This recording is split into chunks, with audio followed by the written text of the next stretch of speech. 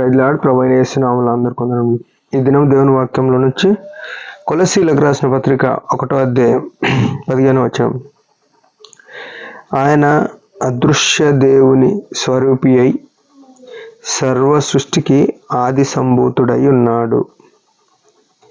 ప్రియమైన వాళ్ళరా, యేసుక్రీస్తు రక్తంతో కడగబడిన మనము, సంఘంలో ఉన్న మనము ఎరగవలసింది ఏంటంటే దేవుని యొక్క మహాత్యము ఎరిగి జీవించాలి.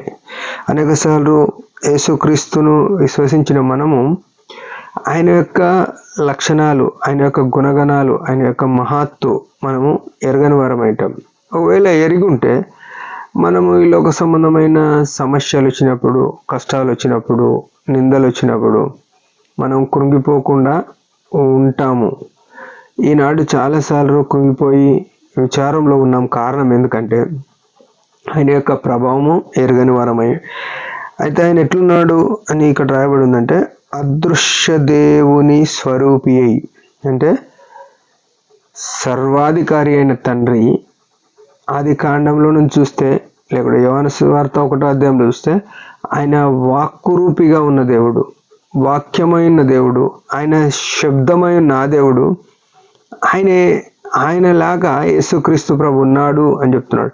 ఆయన స్వభావము అదృశ్య దేవుని యొక్క మహిమ ఎట్లుందో అదే రకంగా యేసుక్రీస్తు ప్రభు ఈ లోకంలోనికి వచ్చి నీ కొరకు నా కొరకు శిలువలో తన అమూల్యమైన రక్తం చిందిస్తూ వచ్చినాడు. ఆయన ఏమైనాడు? సర్వ సృష్టికి ఆది సంభూతుడై ఉన్నాడు. ప్రియమైన వాళ్ళారా, యేసుక్రీస్తు ప్రభు ఎట్లున్నాడంటే ఆది, సర్వ సృష్టికి ఆది అయి ఉన్నాడు. మన జీవితాల్లో మనం ఆ విషయాలు మర్చిపోవద్దు. ఆయన ఏదో చాలామంది ఏం చెప్తారంటే, మనం సువార్త ప్రకటిస్తున్నప్పుడు ఏమంటుంటారు, యేసుక్రీస్తు ప్రభు 2025 సంవత్సరాల క్రితం వచ్చినాడు అని అంటుంటారు. కానీ బైబిల్ చెప్పేది ఏంటంటే ఆయన ఆదిలో ఉన్న దేవుడు, ఆది అయి ఉన్న దేవుడు. అది గుర్తుపెట్టుకోవాలి. మన జీవితమును ఎప్పుడు కూడా ఆయనకు మహిమకరంగా, ఆయన చిత్తంలో మనం కొనసాగే వారమై ఉండాలి తప్ప మన ఇష్టానికి, మన సొంత ఆలోచనలకు మనం ఏమాత్రము ఉండొద్దు. ప్రియమైన వాళ్ళారా, ఆయన మహిమోన్నతుడైన దేవుడు, ఆది సంభూతుడు. అంటే సృష్టి ఆయన లేకముందు, ఆయన లేకపోతే ఈ సృష్టి ఏది లేదు. అట్లాంటప్పుడు మన జీవితంలో వచ్చే సమస్యలు కానీ, మన జీవితంలో వచ్చే కష్టాలు కానీ ఆయనకు తెలియనివి కావు. ఆయనకు తెలిసినాకనే మన దగ్గరకు వస్తున్నాయి.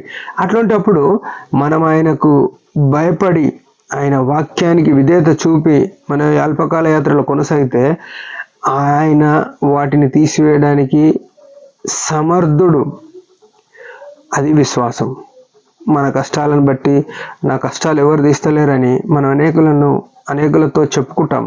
కానీ కష్టాలు అనుమతించేది ఆయనే, కష్టాలు తీసివే సామర్థ్యుడు ఆయనే అని గుర్తెరిగి విశ్వాసంతో, అంటే ఆయన మాత్రమే నన్ను విడిపిస్తాడు అనే స్థిరమైన బుద్ధి మన జీవితంలో ఉండాలి. అనేకసార్లు లేదు. ఎందుకు లేదంటే ఈ సమస్యలు మన కళ్ళ కనబడుతున్నాయి, కానీ మన దేవుడు ఎట్లున్నాడు? అదృశ్య దేవుడు. అందుకే ఆయన మీద అంతా మనము ఆనుకోవట్లేదు, ఆయన మీద డిపెండ్ కావట్లేదు. ప్రియమైన వాళ్ళారా, బైబిల్లో మత్తయి సువార్త 14వ అధ్యాయంలో ఒక సన్నివేశం జరిగింది. యేసు ప్రభు శిష్యులు దోణిలో ఉన్నప్పుడు యేసు ప్రభు నీళ్ళ మీద నడుచుకుంటూ వచ్చినారు. ఆ తరుణంలో పేతురు భయపడ్డప్పుడు, ప్రభువా నీవే అయితే నేను నీళ్ళ మీద నడుస్తా అన్నాడు. నీళ్ళ మీద నడవగలిగినాడు. ఎందుకు నడిచినాడు అంటే ఆయన యేసు ప్రభు అని నమ్మినాడు కాబట్టి నడిచినాడు. ప్రియమైన వాళ్ళారా, ఆ తర్వాత ఆ నమ్మకంలో అల్ప విశ్వాసం వచ్చింది. మనం కూడా యేసు ప్రభుని నమ్మి క్రైస్తవులంగా దేవుని సంఘంలోనికి వచ్చినాం, క్రైస్తవులంగా పిలువబడుతున్నాం, పరిశుద్ధులంగా చేయబడ్డాం. కానీ అంత విశ్వాసంలో ఉండకపోతే ఈ పరిస్థితులు మనల్ని ముంచేసేటివి. జాగ్రత్త పడి ఆయన మహిమ కొరకు జీవిద్దాం. దేవుడు ఈ మాటలు దీవించును గాక. చిన్న ప్రార్థన. పరమ తండ్రి, యేసు ప్రభు నామములో వందనాలు. మాకు ఇచ్చిన ఆయుష్ని బట్టి స్తుతిస్తున్నాం. మా ప్రతి పరిస్థితుల్లో నువ్వు చాలే దేవుడు అని నిన్ను గణపరిచి నీ అంత ఆధారపడి జీవించిన కృపని మన యేసు నామములో ప్రార్థిస్తున్నాం. ఆమేన్.